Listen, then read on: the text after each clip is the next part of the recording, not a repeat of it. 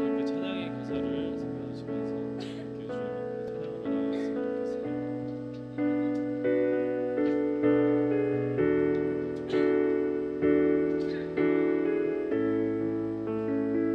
안개가 날 가리고 안개가 날 가리워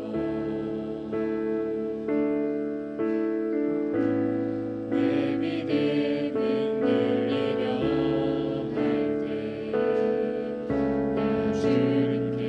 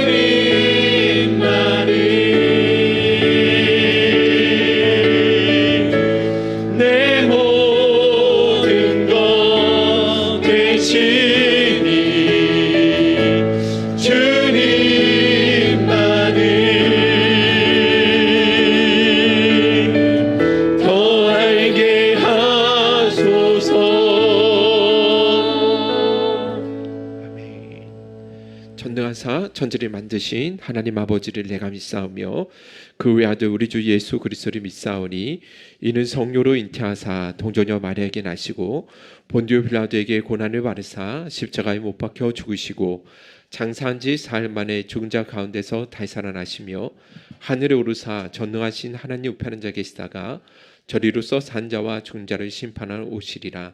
성령을 믿사오며 거룩한 공예와 성도가 설교하는 것과 죄를 사해 주시는 것과 몸이 다시 사는 것과 영원히 사는 것을 믿사옵나이다.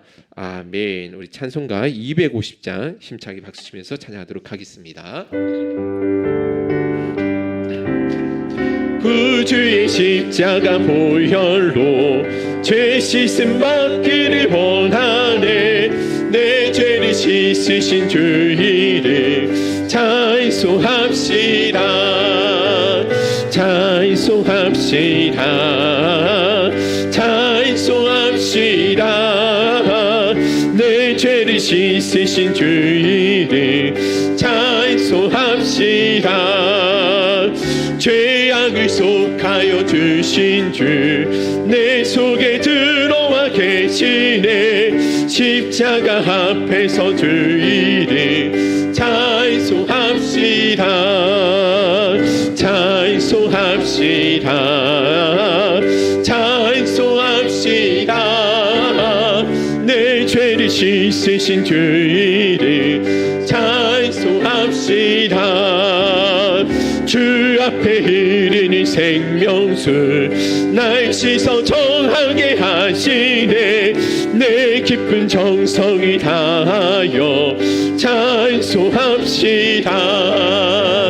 찬송합시다. 찬송합시다. 내 죄를 씻으신 주 이름 찬송합시다. 내 주께 회개한 영혼이 생명수 가운데 젖었네.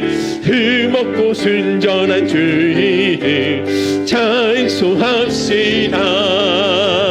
찬송합시다.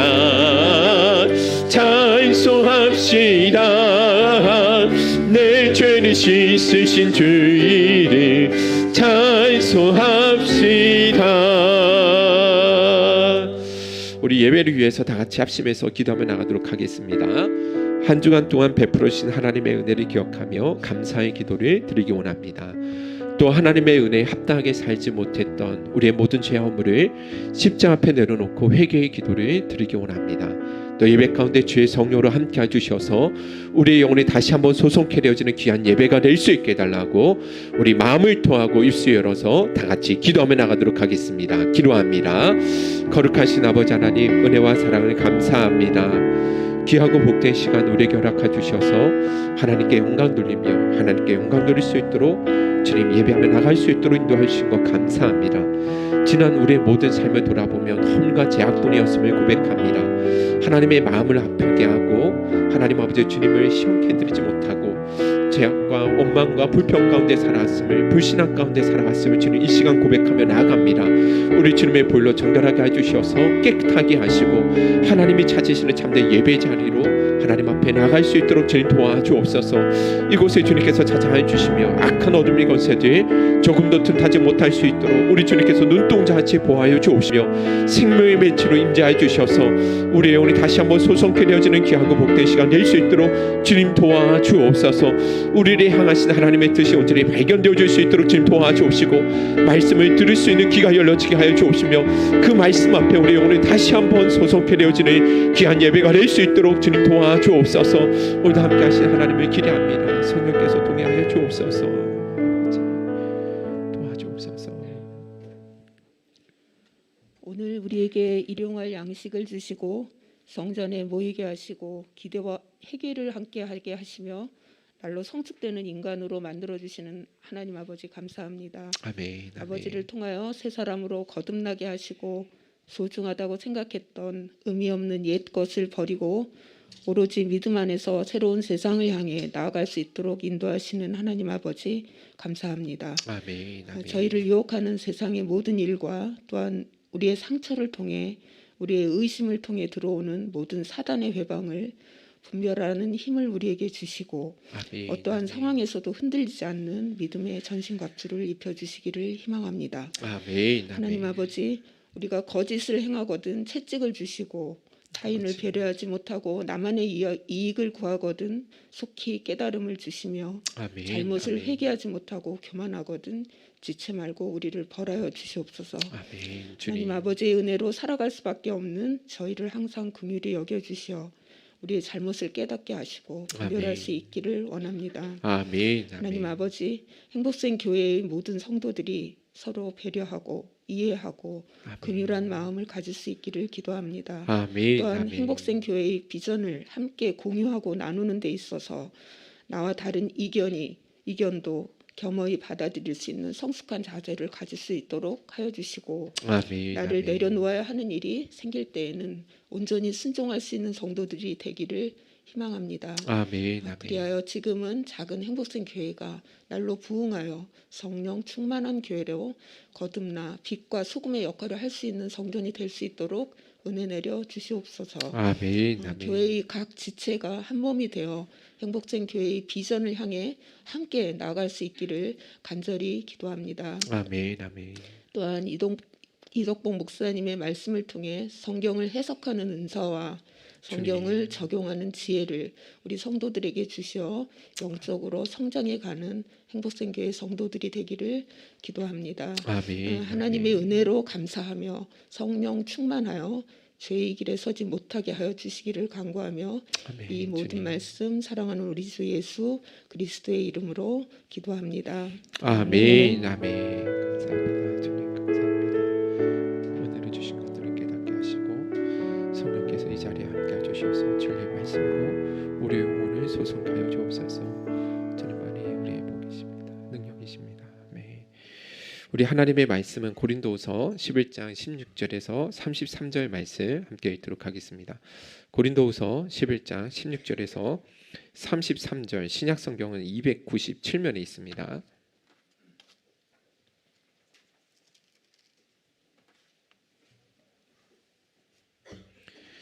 예, 고린도후서 11장 16절에서 33절 말씀 우리 한 목소리로 저하고 교독하도록 하겠습니다. 예, 많이 있어서 16절 제가 먼저 읽고요. 이렇게 저하고 여러분 한 절씩 교독하도록 할게요. 제가 먼저 읽도록 하겠습니다.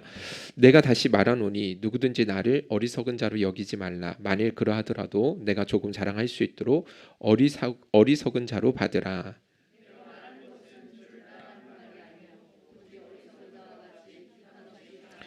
여러 사람이 육신을 따라 자랑하니 나도 자랑하겠노라. 누가 너희를 종으로 삼거나 잡아먹거나 빼앗거나 스스로 높이거나 뺨을 칠지라도 너희가 용납하는도다.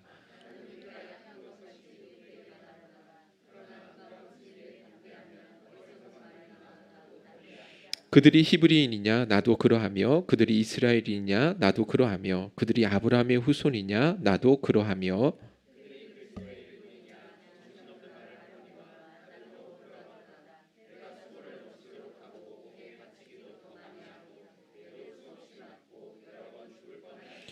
유대인들에게 40에서 하나 감한 매를 5번 맞았으며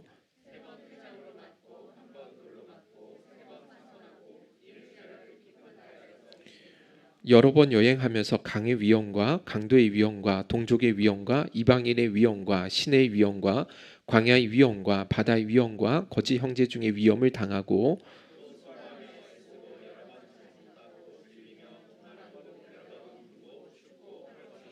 이외의 일은 고사하고 아직도 날마다 내 속에 눌리는 일이 있으니 곧 모든 교회를 위하여 염려하는 것이라.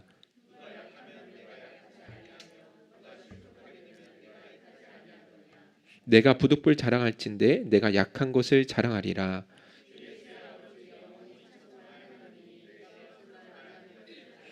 다메섹에서 아레다 왕의 고관이 나를 잡으려고 다메섹 성을 지켰으나 나는 광주리를 타고 들창문으로 성벽을 내려가 그 손에서 벗어났노라. 아멘. 예, 우리 옆사람 앞집사람 함께 인사 나누도록 하겠습니다. 당신 때문에 살맛이 납니다. 네, 당신 때문에 살맛이 납니다. 네, 죽을 맛 나지 않으시죠? 살맛 나시죠, 그죠? 네, 감사합니다.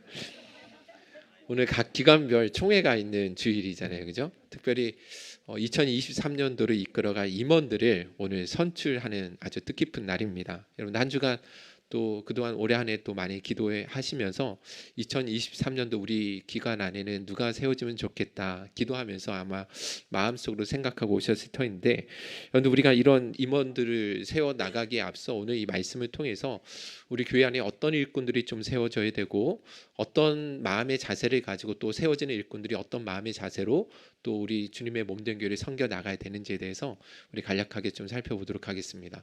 그런데 고린도후서 전후서 말씀들을 좀 여러분들 대충 아시겠지만 사도 바울이 목회를 하면서 참 가장 많이 또 애쓰고 마음이 졸이며 또 많은 고난을 당했던, 목회하면서 참 힘들었던 교회가 고린도 교회이거든요. 그래서 그런 갈등과 어려움 속에서 이 사도 바울이 어떤 마음의 자세로 이 영혼들을 섬겨 나갔고 그 고난들을 또 이겨냈는지 그 말씀을 통해서 잘 기록되어져 있습니다.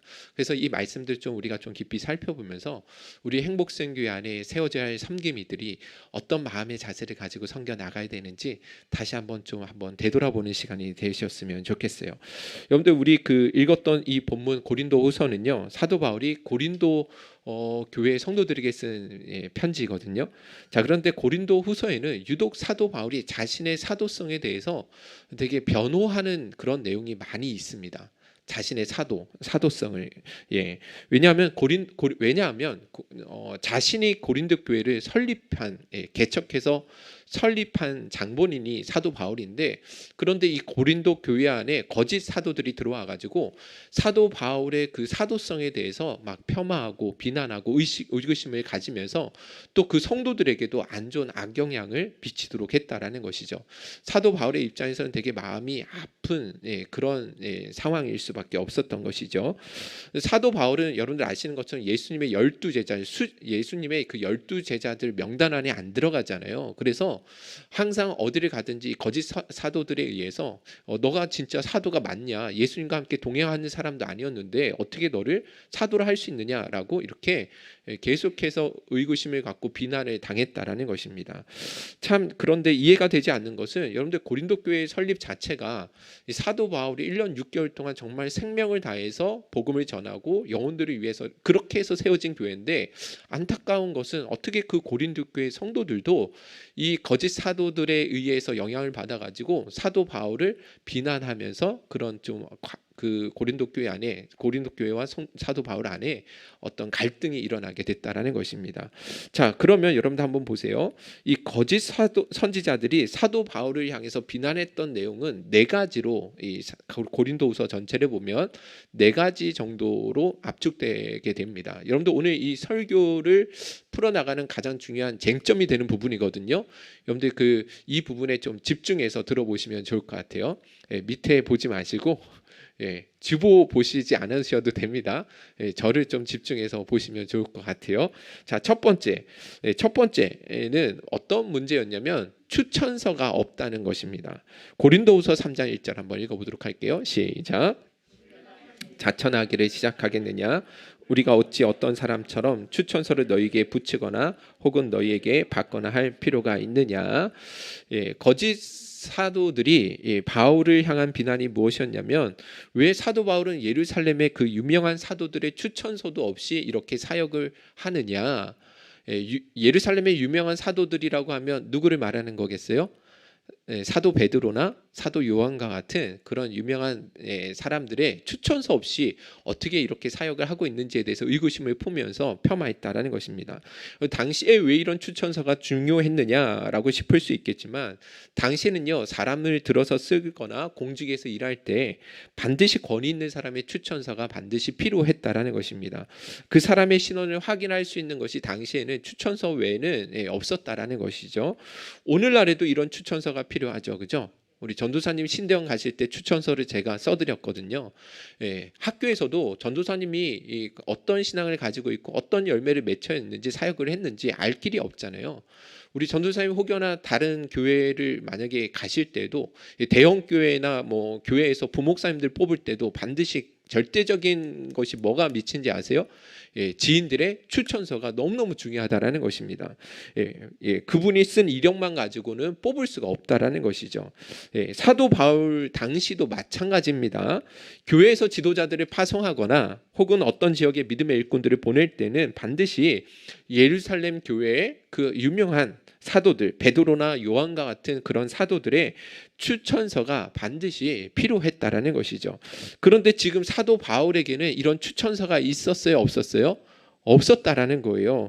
그런 추천서 없이 교회를 세웠고 지금까지도 교회 안에서 영향력을 미치고 있으니까 이에 대해서 이 부분을 가지고 시기에서 뭐 하는 거냐면 걸고 넘어지는 부분이 있었다라는 것입니다. 자, 두 번째 한번 읽어볼게요. 시작. 왜 편지로 대할 때만 담대한가라는 의구심입니다. 이게 무슨 말이냐면 고린도후서 10장 1절 한번 읽어볼게요. 고린도후서 10장 1절 시작.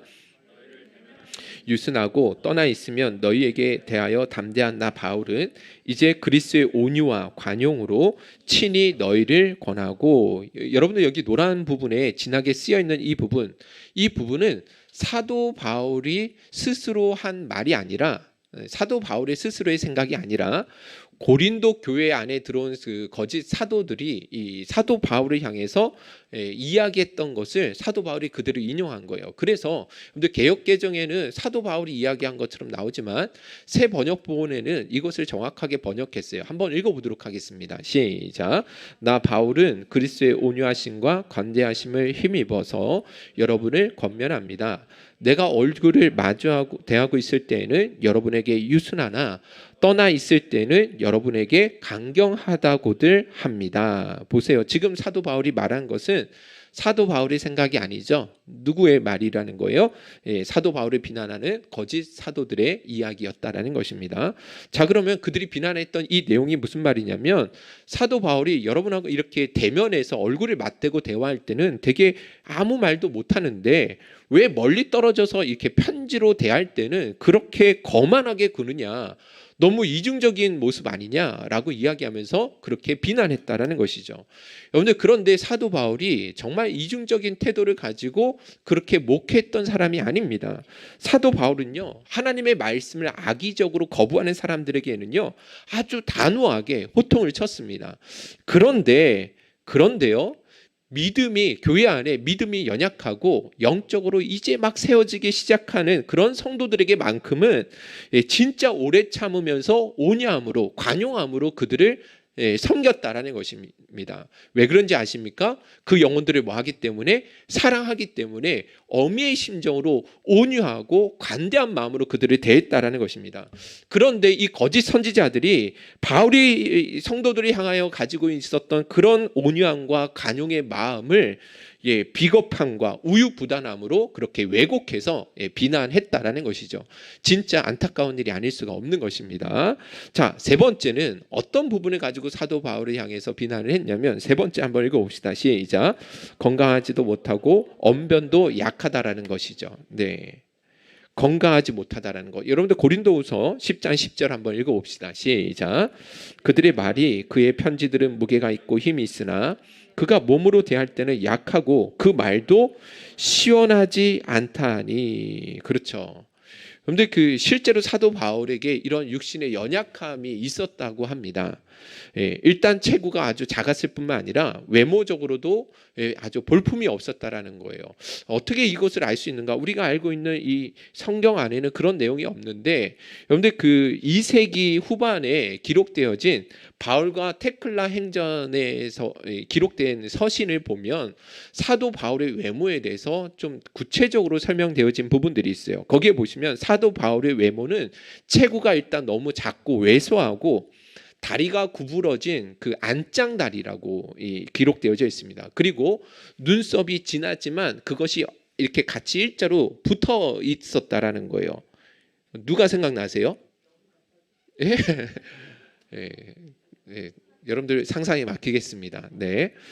그리고 머리는 대머리에다가 코는 매부리 코였다라고 기록되어져 있거든요. 그러니까 누가 봐도 외모가 썩 출중해 보이지 않는다라는 것이죠. 그리고 여러분들 아시는 것처럼 사도 바울에게는 육체의 가시가 있죠. 어떤 사람은 그 육체의 가시가 안질이라고도 하고 어떤 사람은 그 간질로 추정하기도 하는데 어찌됐든 사도 바울의 육체적으로도 병약했다라는 것입니다. 그러니까 여러분들 이 바울의 대적자들이 이런 사도 바울의 볼품없는 외모나 병약한 그런 육체의 그런 아픔들을 지적하면서 그의 사도성에 대해서 폄하했다라는 것이죠. 하나님이 함께 하시는 종인데 이렇게 외모가 형편없느냐?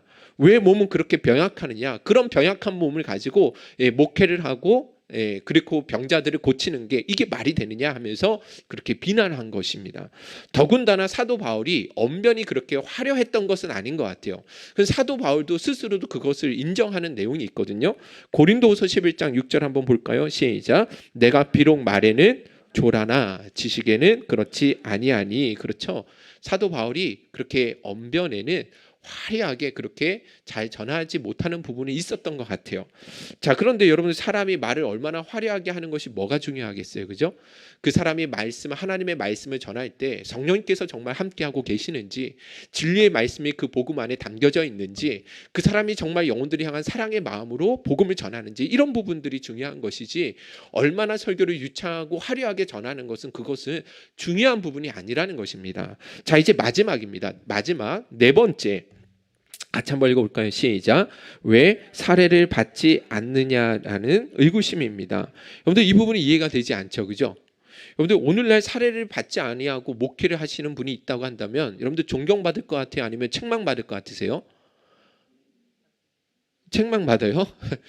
존경받겠죠. 우리 목사님은 전혀 사례도 받지 않고 그냥 이렇게 자비로 목회하시는 분이셔. 아마 되게 칭찬을 받을 것 같아요. 그런데 당시 분위기는 그렇지 않았어요. 고린도후서 11장 7절 읽어봅시다. 시작. 내가 너희를 높이려고 나를 낮추어 하나님의 복음을 값없이 너희에게 전함으로 죄를 지었느냐. 그렇죠. 이 내용 한번 보세요. 그런데 사도 바울이 복음을 전하던 당시에는요, 지역들을 막 돌아다니며 순회하면서 강연을 했던 철학자들이 있었어요. 강연을 하고 그리고 그 대가로 금전적인 어떤 사례를 받았던 사람들이 있었다라는 것이죠. 그리고 그들 가운데 말을 아주 유창하게 잘하고 논리적으로 잘하고 또 영향력 있는 사람들은 훨씬 더 많은 대가를 요구했다라는 것입니다. 자, 그런데 사도 바울은 고린도 교회 안에서 사역하면서 고린도 교회 성도들에게는 전혀 사례를 받지 않고 자비로 그렇게 사역을 했습니다. 왜 그렇게 사역을 했습니까? 그런데 그것은 고린도전서 9장에 나오는 말씀인데요. 사도 바울이 왜 그렇게 자비로 천막을 치는 일을 하면서 그렇게 복음을 전했냐면 그 당시에 있었던 강연자들과 같은 중에 한 사람으로 자신이 비춰질까 두려웠기 때문에 그래서 자기는 자비로 복음을 전했다라고 말씀하고 있다라는 것이죠. 자신이 살해받는 행위가 오히려 오해를 불러일으켜서 복음을 전하는 일에 조금이라도 장애가 생길까 봐 자기는 뭐 하는 거예요? 사례를 받지 아니하고 당시 순회 강연자들과 같이 사례를 받지 아니하고 그렇게 자비로 복음을 전했다라는 것입니다. 할렐루야.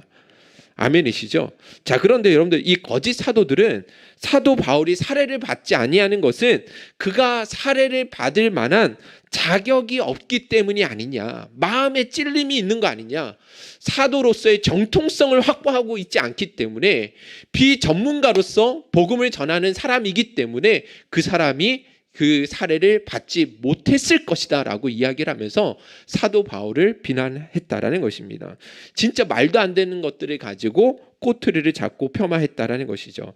여러분들 이런 의구심들은 전부 무엇을 보고 평가한 거냐면 사도 바울이 가지고 있는 외모만 보고 평가한 거예요. 진짜 중요한 본질적인 것들을 가지고 걸고 넘어지는 것이 아니라 외모만 보고 걸고 넘어지는 거예요. 여러분들 그래서 10장 7절 한번 읽어봅시다. 시작. 너희는 외모만 보는도다. 외모만 본다라고 이야기하잖아요. 그죠? 추천서가 없다라는 거. 외모가 출중하지 않다라는 것, 병약하다라는 것, 말이 좀 시원하지 않다라는 것, 설교가 조금 그렇게 화려하지 않다라는 것, 사례도 받지 않는다라는 것, 이런 외적인 것들을 가지고 사도 바울의 사도성을 공격하고 폄하하려고 했다라는 것입니다. 안타까운 일이죠. 자, 그런데 여러분 보세요. 더 큰 문제는 뭐냐면 이런 거짓 사도들의 공격과 비난에 이 성도들이 아무런 반응하지 않으면 되잖아요. 그죠? 성도들이 요동하지 않으면 되는데 성도들이 뭐 했어요? 그런 영향을 받았어요? 안 받았어요? 받았다라는 거예요. 그래서 그들도 이 거짓 선지자들과 사도들과 마찬가지로 바울을 향해서 의구심을 품고 비난을 하는 상황이 생기게 되었다라는 것입니다. 그렇기 때문에 여러분들 사도 바울은 어쩔 수 없이 고린도후서 11장과 12장에서 아주 긴장을 할애해서 자신의 사도성에 대해서 변호할 수밖에 없었다라는 것이죠. 그런 측면에서 사도 바울도 참 마음에 아픔이 있었던 것 같죠, 그죠? 예, 이해 가시죠, 그죠? 예, 만약에 저도 저희 행복성교회 당회가 없기 때문에 제가 아직 위임이 되지 않은 목사거든요. 위임 목사가 아니에요. 담임 목사긴 하지만 위임이 되지 않았단 말이에요. 그래서 어떤 사람들이 막 들어와가지고 야, 이덕봉 목사님이 이 담임 목사 맞아? 위임도 아직 못 받은 상태에서 막 그러면서 저를 폄하하고 막 그런 상황이 생긴다고 한다면 목회자 입장에서 되게 마음이 아팠을 것 같아요. 되게 아플 것 같아요.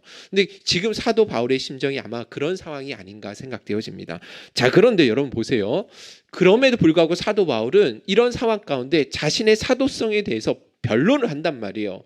이거는 자기를 위해 사는 것이 아니라 누구를 위해 사는지 아세요? 고린도 교회 성도들을 위해서 하는 거예요.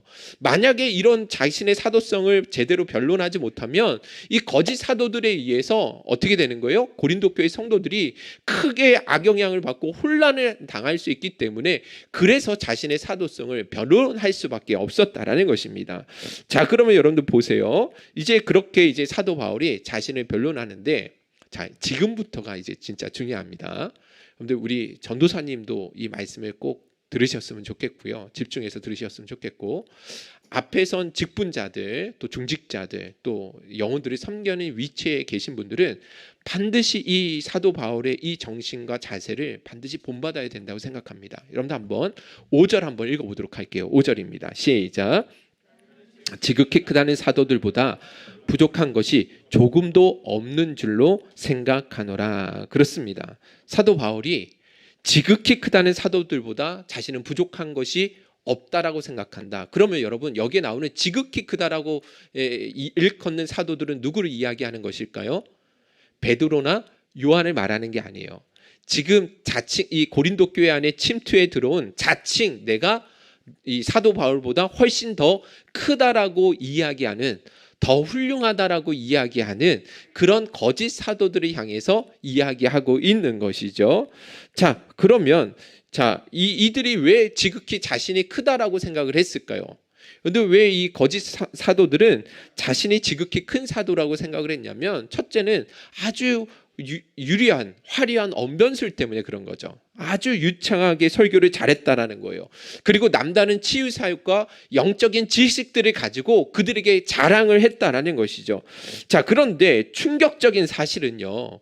그런데 이 거짓 사도들이요, 자신들이 가지고 있는 이 권위로 성도들을 함부로 대했다라는 거예요. 여러분도 한번 11장 19절 20절 한번 자세히 한번 읽어봅시다. 자, 같이 한번 읽어볼게요. 시작.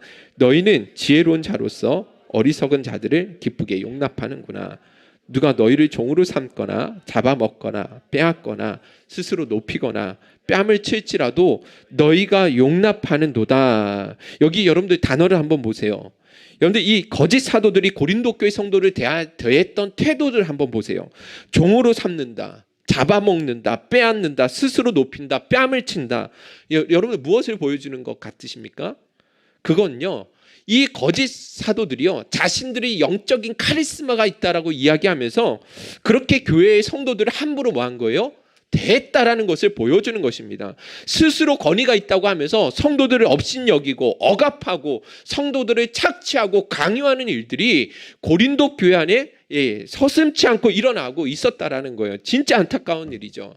그런데 이런 일이 있다고 한다면 고린도 교회 성도들이 그걸 받아들이면 안 되는데 고린도 교회 성도들도 저 사람이 정말 이 권위가, 하나님이 주신 어떤 권위가 있으니까, 그 카리스마가 있으니까 거기에 뭐 했다라는 거예요? 다 순복하고 나아갔다라는 것입니다. 자, 반면에 사도 바울은 성도들을 어떻게 대했냐면 인격적으로 대하는 거죠. 유순하고 겸손하게 어미의 심정을 가지고 성도들을 진심으로 존중하고 그렇게 섬겼다라는 것입니다. 그것을 사도 바울은 21절에 약하게 목했다라고 이야기하는 거예요. 약하게, 나는 그 카리스마가 있다고 생각하는 지극히 크다라고 하는 거짓 사도들처럼 그렇게 강하게 목회하는 것이 아니라 나는 약하게 목회를 했다라고 이야기합니다. 왜요? 그들을 사랑했기 때문에 함부로 말하거나 억압하지 않고 언제나 온유한 심정으로 너그러운 마음으로 그들을 관용하고 품어 나갔다라는 것입니다. 그런데 그 약함이, 사도 바울의 그 약함이 지금 거짓 사도들의 비난의 대상이 되었다라는 것입니다. 사도 바울은 왜 이렇게 카리스마가 없어? 왜 이렇게 우유부단해? 하면서 그렇게 비아냥거렸다라는 것입니다. 여러분들, 사도 바울에게 이런 아픔이 있었다라는 것을 우리가 보게 되는 것이죠. 자, 그러면 여러분 한번 생각해 보세요. 사도 바울이 이런 상황 가운데 있다고 한다면 이제부터 어떤 말을 해야 되겠습니까? 나는 지극히 크다라고 생각하는 사도들보다 부족함이 없다라는 것을 뭐 해야 돼요? 이제 증명해야죠. 그죠? 사도 바울의 사도성, 그 정통성을 그 사람들에게 확증할 수 있는 그런 내용들을 이야기해야 된다라는 것입니다. 그래서 여러분들 여기 보시면 사도 바울이 자신의 사도성에 대해서 나도 한번 자랑 한번 해보자, 그런 이야기를 해요. 여러분들 16절에서 18절이죠. 같이 한번 읽어볼까요? 시작. 누구든지 나를 어리석은 자로 여기지 말라. 만일 그러하더라도 내가 조금 자랑할 수 있도록 어리석은 자로 받으라. 내가 말하는 것은 주를 따라하는 말이 아니요 오직 어리석은 자와 같이 기탄 없이 자랑하노라. 여러 사람이 육신을 따라 자랑하니 나도 자랑하겠노라. 그런데 사도 바울이 뭐 해보겠다는 거예요? 그럼 나도 한번 자랑 한번 해보자. 내가 진짜 사도됨을 한번 증명해 보겠다라는 것이죠. 그러면 여러분, 앞으로 이제 나와야 될 내용이 어떤 내용이냐면 자신의 사도성에 대해서 거리낌 없이 자랑할 수 있는 것들을 이야기해야 되는 거죠. 그죠? 너희들 내가 어떤 사람인지 아냐? 하면서 자신의 영적인 무용담 같은 거 이야기하면서 내가 그 너희들에 비해 조금도 꿀리지 않는 사도의 정통성을 가지고 있어 하면서 막 이야기해야 될 거 아니에요. 그죠? 여러분 이해 가십니까? 네. 예전에 그 최민식이 나왔던 범죄와의 전쟁 영화 여러분들이 생각나십니까? 사진 한번 띄워드리면 아마 생각나실 건데, 여러분 보이세요? 이 그 최민식이 했던 아주 유명한 대사가 있거든요. 대사가 어떤 대사냐면, 내가 너거 사장이라 임마, 어저께도 같이 밥 먹고 사우나도 같이 가고 임마 다 했어, 막 이러면서 자기를 막 나타내는 그런 내용이었거든요. 네. 여러분들 기억나십니까? 여러분들, 사도 바울의 당시 심정이 저는 이런 마음이 아니었을까 생각되어집니다. 어디서 굴러먹다 들어온 놈들이 사도 바울을 향해서 네가 진짜 사도가 맞느냐 그렇게 폄훼하면서 비난하니까, 교회 성도들을 막 혼란스럽게 하니까 사도 바울은 분명히 이런 심정이 들지 않았을까 생각되어집니다. 여러분들 실제로 이 사진 이제 없애주셔도 됩니다.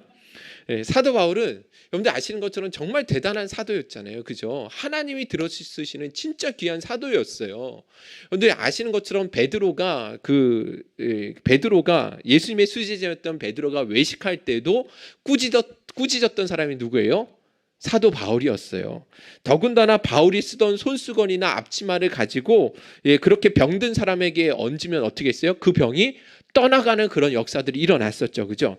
사도행전 2장에 가보시면 그 창가에서 졸다가 떨어져 죽은 그 유두고를 사도 바울이 기도했을 때 어떻게 했어요? 죽었다가 되살아나는 그런 역사들도 일어났다라는 것입니다. 더군다나 사도 바울은 3층 천국에도 다녀왔던 그런 놀라운 영적 체험도 있었던 사람이라는 거예요.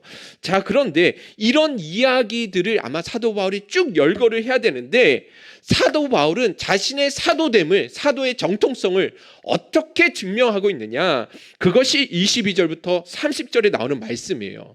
우리 아까 읽어봤지만 한 번 더 읽어보도록 하겠습니다. 사도 바울이 내가 진짜 하나님 보내신 사도가 맞다라는 것을 증명하기 위해서 어떤 것들을 자랑했는지 한번 우리가 읽어보셨으면 좋겠어요. 같이 한번 읽어봅시다. 시작. 그들이 히브리인이냐? 나도 그러하며. 그들이 이스라엘이냐? 나도 그러하며. 그들이 아브라함의 후손이냐? 나도 그러하며 그들이 그리스도의 일꾼이냐? 정신없는 말을 하거니와 나는 더욱 그러하도다. 내가 수고를 넘치도록 하고 옥에 갇히기도 더 많이 하고 매도 수없이 맞고 여러 번 죽을 뻔하였으니 유대인들에게 40에서 하나 감한매를 5번 맞았으며 3번 태장으로 맞고 1번 돌로 맞고 3번 파선하고 일주일을 깊은 바다에서 지냈으며 여러 번 여행하면서 강의 위험과 강도의 위험과 동족의 위험과 이방인의 위험과 신의 위험과 광야의 위험과 바다의 위험과 거짓 형제 중에 위험을 당하고 또 수고하며 애쓰고 여러 번 자지 못하고 줄이며 목마르고 여러 번 굶고 춥고 헐벗었노라. 이 외의 일은 고사하고 아직도 날마다 내 속에 눌리는 일이 있으니 곧 모든 교회를 위하여 염려하는 것이라. 누가 약하면 내가 약하지 아니하며 누가 실족하게 되면 내가 애타지 아니하더냐. 내가 부득불 자랑할진대 내가 약한 것을 자랑하리라. 할렐루야. 여러분 너무 신기하지 않습니까? 분명히 사도 바울이 다른 거짓 사도들보다 훨씬 더 큰 사도가 될 만한 증명해 보일 수 있는 그런 좋은 무용담들이 많이 있는데 그런 것들을 하나도 이야기하지 않습니다. 오히려 사도 바울이 이야기했던 것은 뭐냐면 무엇을 이야기했습니까? 복음 때문에 고난받는 거 이야기하잖아요. 그죠? 영혼들을 위해서 섬기기 위해서 희생했던 것들, 수고하고 애쓰고 헐벗고 춥고 굶주리고 죽을 뻔했던 이런 고난의 상황들을 뭐 하는 거예요? 다 열거하더라는 것입니다. 여러분들 제가 여기서 가장 은혜를 받는 것은 29절 이 말씀이에요. 여러분들 이 말씀을 보면 여러분들 뭔가 마음에 정말 감동이 되지 않습니까? 29절 한번 읽어봅시다. 시작. 누가 약하면 내가 약하지 아니하며 누가 실족하게 되면 내가 애타지 아니하더냐. 할렐루야. 여러분들 사도 바울이 어떤 마음으로 목회를 했는지 아십니까? 성도 중에 누가 한 사람이 약해지면 사도 바울이 뭐 한다고요? 약해진다라는 거예요. 성도 중에 누가 한 사람이라도 믿음이 떨어지고 영적으로 침체 가운데 빠지면 사도 바울도 그 한 사람 때문에 애간장이 녹는 거예요. 한 사람이라도 주님으로부터 떨어져 나갈까봐 늘 노심초사했고 한 사람이라도 주님 품으로 돌아왔으면 하는 그런 마음으로 날마다 마음을 졸이며 그렇게 목회를 했던 사람이 누구라는 거예요? 사도 바울이었다라는 것입니다. 여러분들 이 마음이 누구의 마음이에요?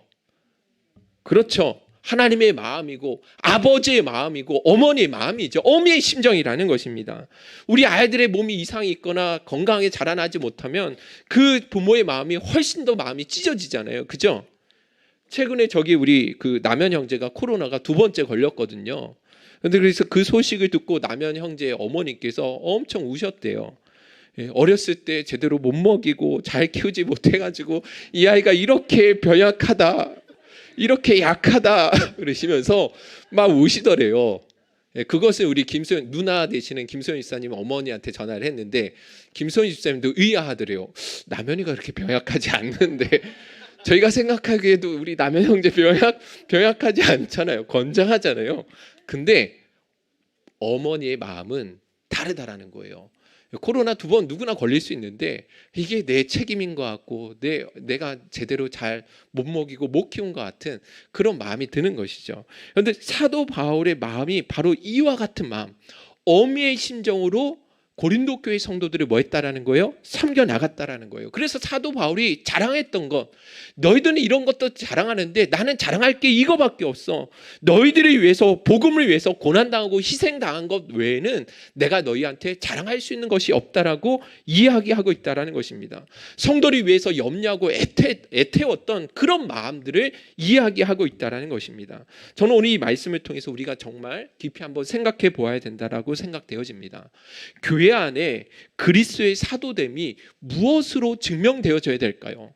교회 안에서 하나님이 들어 쓰실 만한 일꾼들 어떤 기준을 가지고 평가해야 될까요? 여러분도 한번 우리가 깊이 생각해 보자라는 것입니다. 그것은요, 오늘 사도 바울이 가졌던 것처럼 주님과 또 복음을 위해서 영혼들을 위해서 얼마나 헌신하고 있느냐, 얼마나 희생했느냐, 얼마나 애쓰고 있는지를 보고 우리는 평가할 수 있어야 된다라는 것입니다. 할렐루야.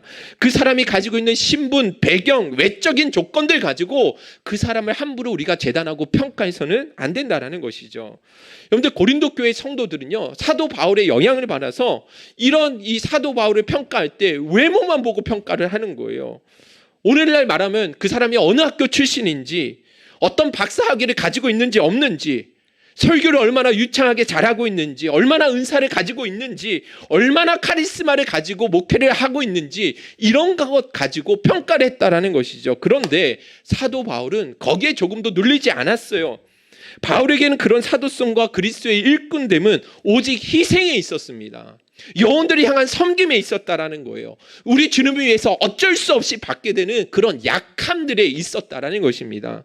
오늘 저와 여러분들이 이 마음을 가지고 주님의 몸된 교회를 아름답게 섬겨 나갈 수 있기를 주님의 이름으로 축원드립니다. 가끔씩은 제가 목회하면서 주변에서 이제 지인들이 저에게 이제 덕담을 하시면서 목사님 큰 목회 하셨으면 좋겠어요. 큰 목회 하실 우리 목사님은 이덕보 목사님은 정말 큰 목회하실 분이에요. 막 이렇게 이야기를 하시거든요. 저를 정말 사랑하고 생각하셔서 주시는 말씀이죠. 자, 그러면 여러분 큰 목회는 어떤 목회가 큰 목회입니까? 당연하죠. 딱 들어온 머릿속에 들어오는 생각이 뭡니까? 교회 성도가 5,000명, 10,000명 되는 교회, 그런 목회, 그런 교회를 담임하고 있는 목사님들은 어떤 목회를 한다고 생각하죠? 큰 목회를 한다고 생각하죠. 그죠? 이런 생각이 우리가 어떤 규모, 숫자, 재정 이런 것들을 이 큰 사이즈가 크면 그 사람이 진짜 큰 목회하는 것처럼 생각하고 있다라는 거예요. 제가 이 설교를 준비하는데 갑자기 그 생각이 나더라고요. 제 학교 신학교 후배 98학번 그 후배가 여자친구가 생겨서 이제 집에 여자친구의 그 부모님이 목사님이셨어요. 그래서 그 목사님을 이제 여자친구네 집에 가니까 양복 입고 딱빼 입고 갔는데 그 이제 신학생이니까 이런 질문을 하셨대요. 자네는 어느 정도 목회를 할 꿈을 가지고 있는가? 이렇게 물어보셨대요. 어느 정도 규모의 목회를 할 생각인가? 이렇게 아버님이 물어보셨대요. 그래서 자기는 이제 배포를 가지고 10,000명 목회를 생각하고 있습니다라고 이렇게 이야기를 했대요. 그랬더니 그 이제 여자친구 아버님께서 아니 10,000명 목회 그 정도 가지고 그럼 배포가 그렇게 작아서야 되겠냐? 그러면서 오히려 호통을 치셨대요. 그래서 이 친구가 갑자기 오기가 들어서 장로만 10,000명입니다라고 이야기를 했다고 하더라고요. 제가 아직도 되게 재미있게 들었던 기억이 나거든요. 장로만 10,000명. 예. 여러분 한번 생각해 보세요. 장로가 10,000명이면 교회 사이즈가 얼마나 커야 돼요, 그죠? 예, 여의도 순복음교회가 장로님이 10,000명이 될지 모르겠어요, 그죠? 여러분 그러면 장로가 10,000명이면 큰 목회를 하는 거라고 이야기할 수 있을까요? 성경적인 가치관에서 보면 어떤 목회가 큰 목회고 어떤 것이 하나님께서 인정해 주실까? 여러분들 그 부자들과 가부의 두 렙돈 여러분들 잘 아시잖아요, 그죠? 부자들은 와서 이제 사람들이 성전에 와가지고 헌금을 내는 것을 예수님이 유심히 지켜보셨거든요. 그랬을 때 부자들은 많은 돈을 냈는데 가부는 2렙돈밖에 내지 않았잖아요. 그런데 예수님의 평가는 이 가부의 2렙돈이 저 부자들이 낸 헌금보다 훨씬 더 많다라고 이야기하셨죠, 그죠? 분명히 하나님께서 보시는 그 평가 기준이 우리가 생각하는 그 평가 기준과 너무 다르다라는 거예요. 그렇다고 한다면 여러분 진짜 사이즈가 큰 대형 교회가 큰 목회가 아닐 수도 있는 것이고 작은 교회의 목회를 하시는 목사님의 목회가 작은 목회가 아니라 오히려 그런 목회가 큰 목회일 수 있다라는 거예요. 그러면 큰 목회와 작은 목회를 나눌 수 있는 진짜 기준이 뭔지 아십니까? 그것이 오늘 사도 바울이 가지고 있는 그 마음이라는 거예요. 할렐루야. 아멘이십니까?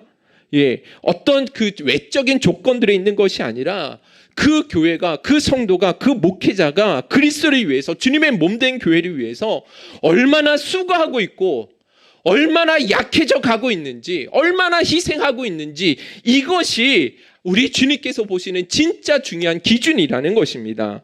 오늘 우리들에게도 이런 희생과 이런 섬김을 사도 바울이 자랑했던 것처럼 우리들도 이것을 자랑하는 은혜가 있기를 주님의 이름으로 축원드립니다.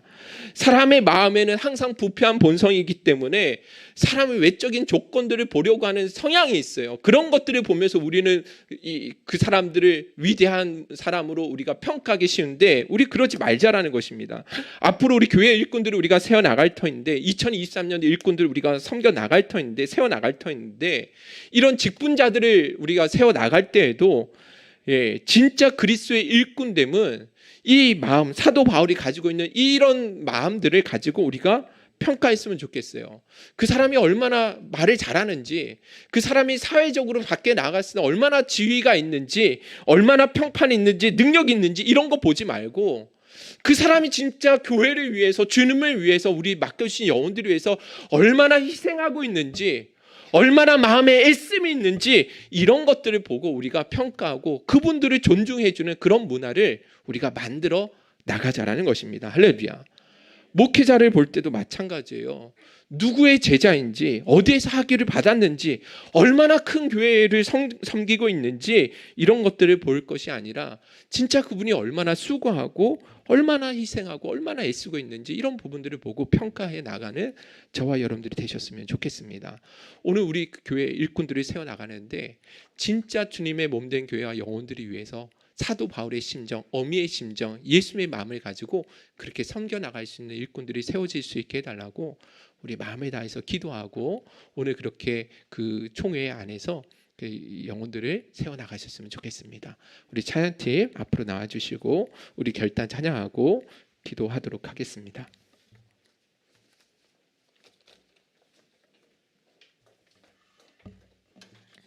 우리에겐 소원이 하나 있네. 가사를 생각하시면서 우리 주님의 심정을 품은 우리 행복성의 모든 지체들이 되게 해달라고 기도하는 마음으로 찬양했으면 좋겠습니다.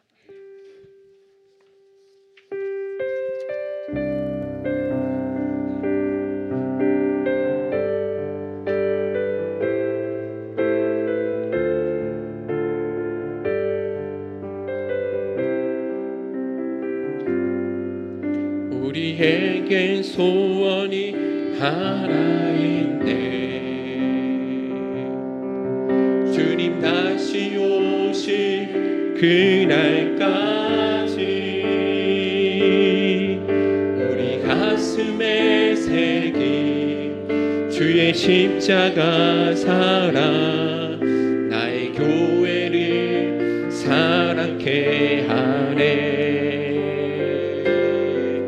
주의 교회를 향한 우리 마음 희생과 포기와 가난과 고난 하물며 죽음조차 우릴 막을 수 없네. 우리 교회는 이 땅의 희망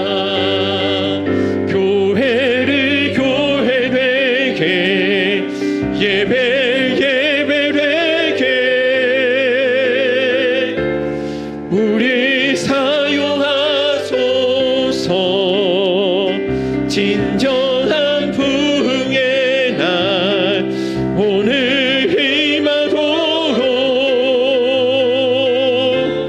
우리 사용하소서. 우리 다시 한번 기도하는 마음으로 찬양합시다. 우리에겐 소원이 하나 있네.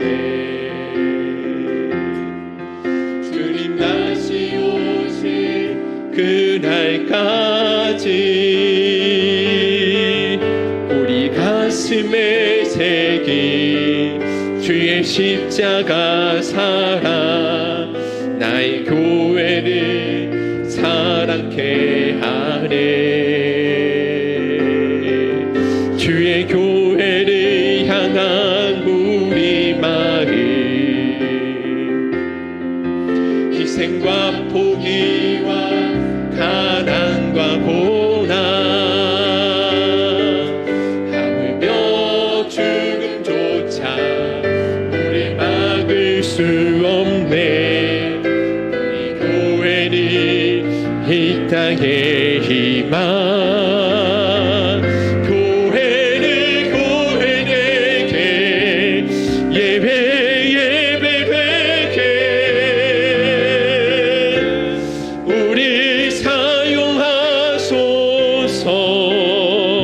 진정한 부흥의 날 오늘 임하도록 우리 사용하소서. 성령 안에 예배하리라. 성령 안에 예배하리라.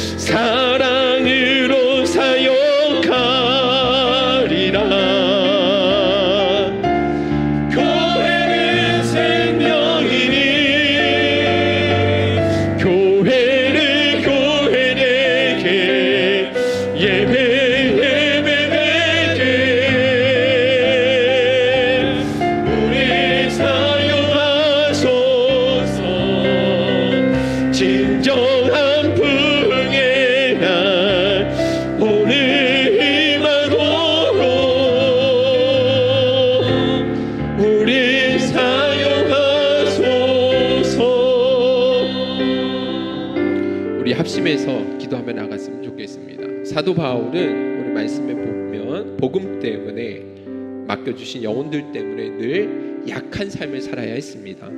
헐벗고 굶주리고 위협을 당하고 모욕을 당하고 죽음의 위협을 늘 감수해야 했습니다.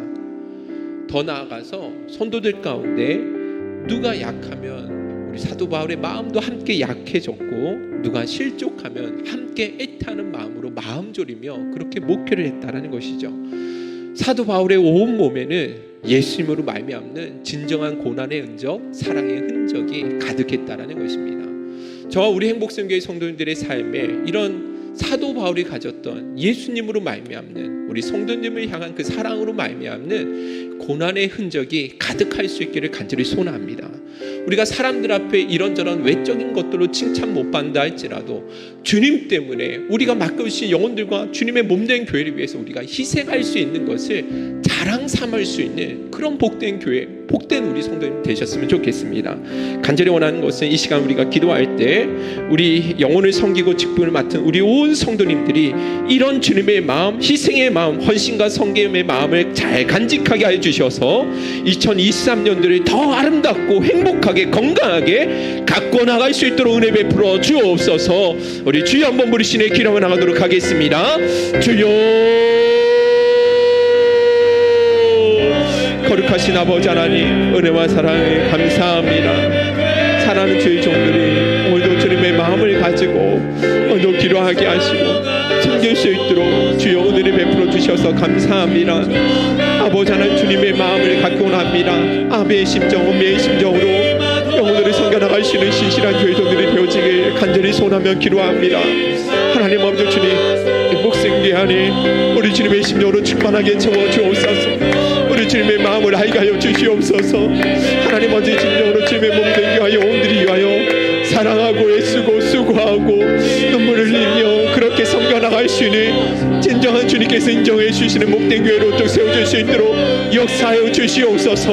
오늘 아버지 하나님 중에 임원들을 뽑는 날입니다. 기간별 임원들 가운데 우리 주님의 마음을 가까이 주옵시고 이렇게 사랑으로 섬겨나갈 수 있는 귀한 일꾼들이 우리 안에 더 많이 세워져 나갈 수 있도록 주여 도와주옵소서. 우리 주님의 마음으로 아버지 하나님 눈물을 흘리며 그렇게 붓고 기도할 수 있는 아버지 하나님 귀한 일꾼들을 위하여 우죽수 일어나게 하여 주옵시고 우리의 약함을 자랑할 수 있는 복된 일꾼들이 될 수 있도록 주여 도와주옵소서. 오늘 이렇게 살기로 결단하는 하나님 주의 종들의 성령을 부어주옵시고 우리를 도와준 자리 하나님의 뜻이 이루어주옵시며 2023년도에 예비하신 놀라운 축복과 은혜를 마음껏 누리며 살아갈 수 있도록 주여 도와주옵소서. 우리에게 소원이 하나 있네 찬양하시면서 준비하신 언급 드리도록 하겠습니다. 주님 다시 오는 그날까지 우리 가슴에 새긴 주의 십자가 사랑 나의 교회를 사랑케 하네.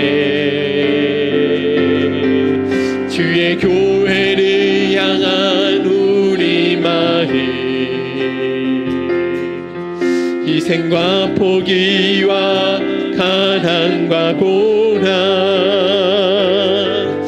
하물며 죽음조차 우릴 막을 수 없네. 우리 교회는 이 땅의 희망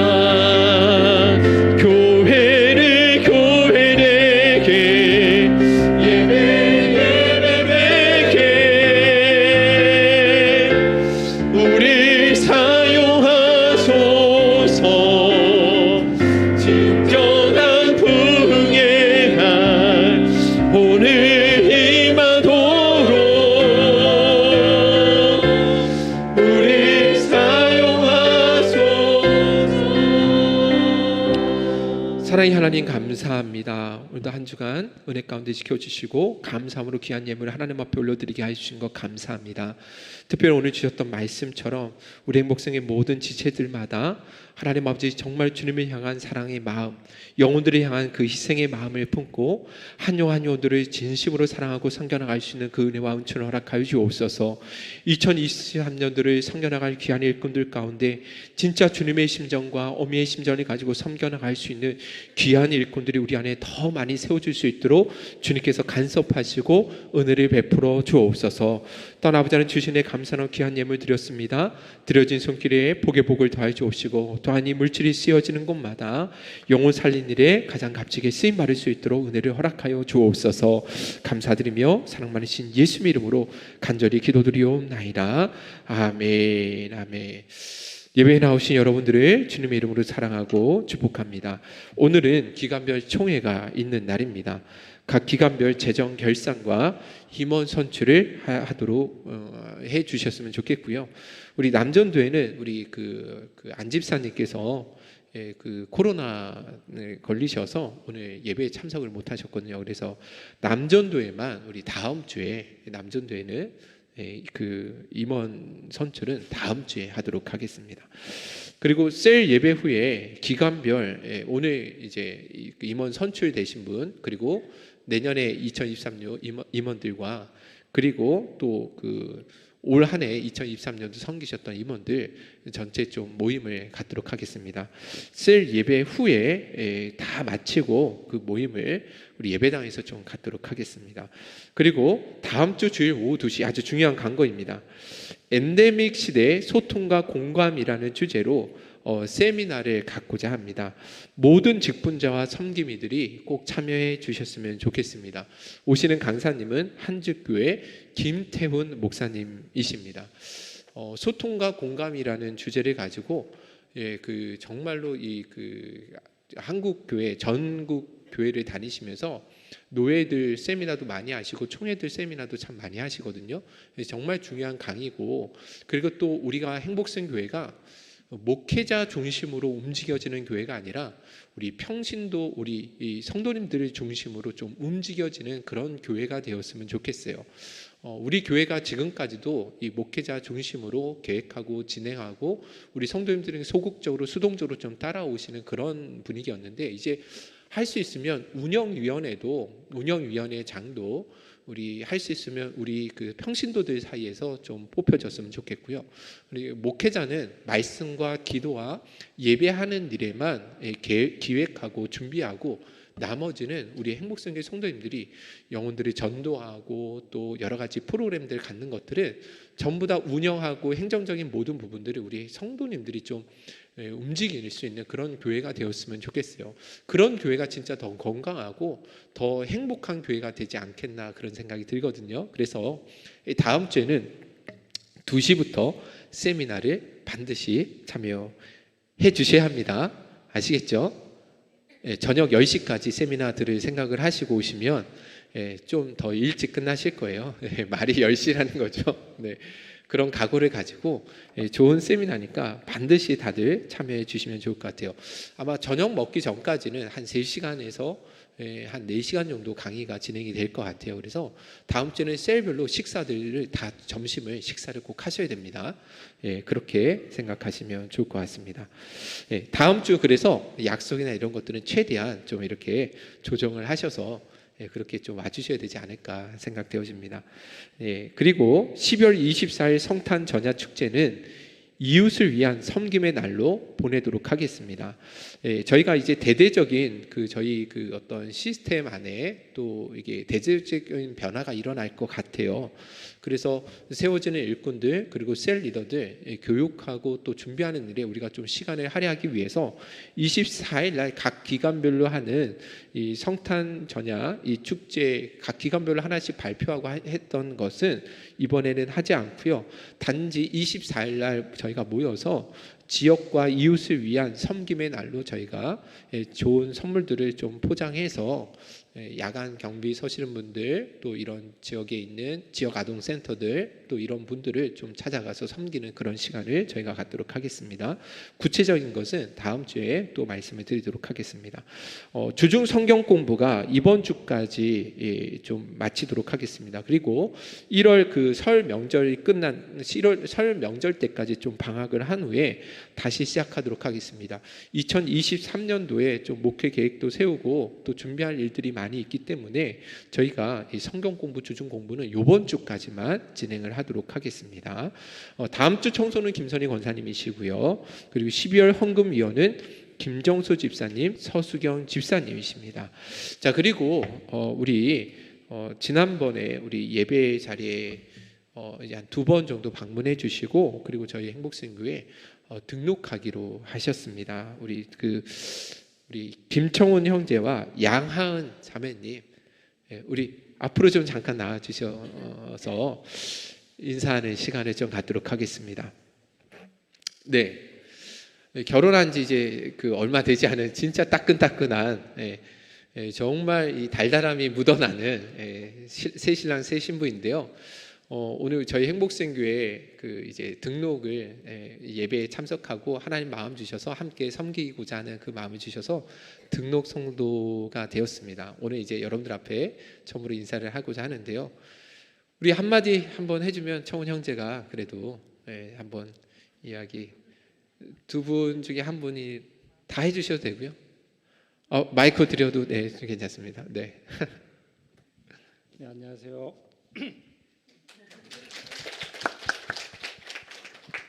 하나님께서 이곳으로 인도하셔서 또 교회 등록까지 하게 됐는데요. 부족하지만 이곳에서 잘 섬기고 또 하나님 나라를 세워갔으면 좋겠습니다. 잘 부탁드립니다. 네, 감사합니다. 자, 우리 기도 한번 하도록 하겠습니다. 사랑의 하나님 아버지, 감사합니다. 우리 김청훈 형제, 양한 자매, 그리스도 예수 안에서 진정한 아버지의 축복된 가정을 이루게 하시고, 더 나아가 우리 행복생교회와 더불어 함께 신앙생활할 수 있는 한 가족 되게 하시는 은혜 감사합니다. 하나님 아버지, 이 가정 위에 늘 언제나 물된 동산 되게 하시고 하나님이 주인 되시는 진정한 축복된 믿음의 가정 되어질 수 있도록 은혜를 허락하여 주옵소서. 또한 행복생교회를 보내주신 분이 하나님이신 줄로 믿습니다. 이 가정을 통해서 계획하신 모든 일들이 저희 행복생교회 모든 성도님과 함께 더불어 같은 마음, 같은 뜻, 같은 비전을 가지고 함께 달려갈 수 있도록 주여 도와주옵시고, 하나님의 선하신 뜻과 의를 이루어 나갈 수 있는 귀한 은총을 우리에게 허락하여 주옵소서. 우리 행복생교회를 만난 것이 일생의 때 큰 축복이 되게 하시고 서로 위로하고 교제하며 함께 주님 나라를 세워나갈 수 있는 은혜와 은총들을 허락하여 주옵소서. 감사드리며 예수 그리스도의 이름으로 축복하고 기도드리옵나이다. 아멘. 우리 교회에서 작은 선물을 준비했습니다. 들어가 주세요. 네. 오늘부터 셀 편성은 우리 청훈 형제는 남전도회로 가시면 되고요. 예배 끝나고 우리 자매님은 이영림 집사님 셀에서 이렇게 같이 좀 섬겨주시면 감사하겠습니다. 다른 광고의 말씀 없으시죠? 다 같이 일어나셔서 우리 공동체 고백문 고백하도록 하겠습니다. 공동체 고백문 고백하도록 하겠습니다. 우리는 세상으로부터 부름을 받은 하나님의 자녀입니다. 또한 세상으로 보냄을 받은 그리스도의 제자입니다. 오늘도 세상을 향하여 나아갈 때 하나님의 말씀과 기도로 무장하겠습니다. 날마다 자신과의 치열한 싸움을 하겠습니다. 하나님의 나라를 말이 아닌 삶으로 보여주겠습니다. 건물이 아닌 사람을 키우겠습니다. 함께 울고 함께 웃으며 함께 세워가겠습니다. 주님 오시는 그날까지 행복을 누리고 행복을 나누는 사명자로 늘 살아가겠습니다. 아멘.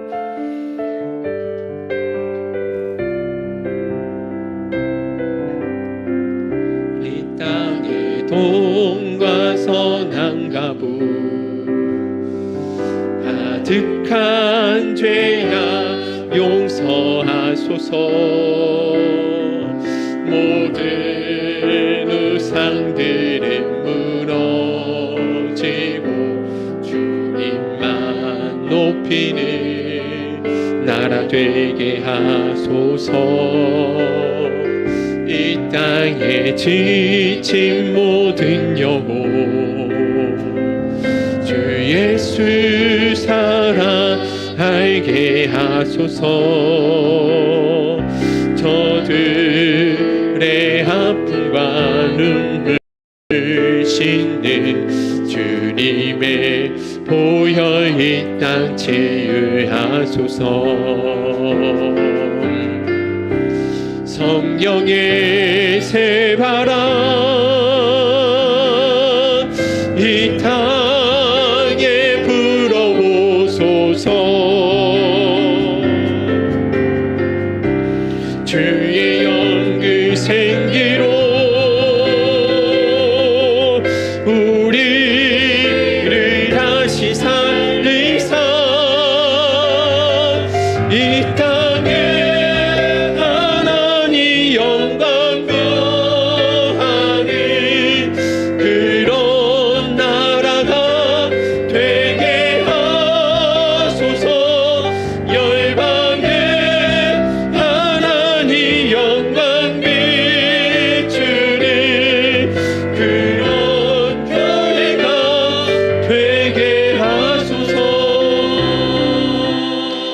이제는 우리 주 예수 그리스도의 은혜와 하나님 아버지의 무한하신 사랑과 성령님의 감화 감동 교통 위로하심의 역사가 주님의 몸된 교회와 영혼들이 위하여 우리 몸에 아버지 하나님 고난의 흔적을 기꺼이 감당하며 나아가길 소원하는 우리 행복성교회 모든 성도님들 머리 위에와 가정의 일터 위에 멀리 흩어져 있는 우리 행복성교회 모든 성도님들 머리 위에 이제로부터 영원토록 함께 있을지어다. 아멘. 아멘. 하나님 아버지 감사합니다. 성령 안에 모든 충만한 은혜를 가지옵소서. 믿음으로 충만하게 섬지는 은혜를 가지옵소서. 아멘. 아멘. 우리 함께 인사 나누고 교제 나누도록 하겠습니다. 여러분들 잠시만 자리에 앉으시겠습니까? 잠깐만요. 예, 전도사님 그 투표 용지를 각 기관별로 좀 나눠주세요. 나눠주시고 이 자리에서 하는 게 아니고요. 일단 뭐 나눠드리려고 하고요.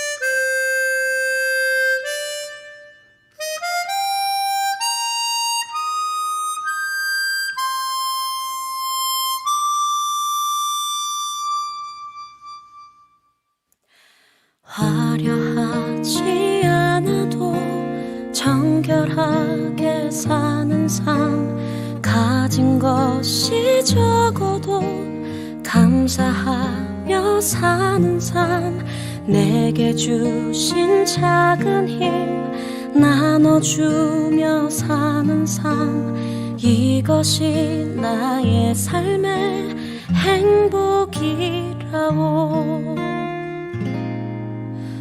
눈물 날 일 많지만 기도할 수 있는 것, 억울한 일 많으나 주를 위해 참는 것, 비록 짧은 작은 삶 주 뜻대로 사는 것, 이것이 나의 삶의 행복이라오. 이것이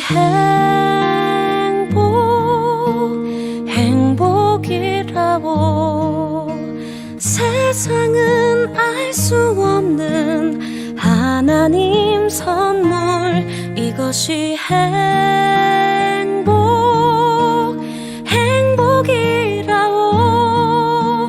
하나님의 자녀로 살아가는 것, 이것이 행복이라고.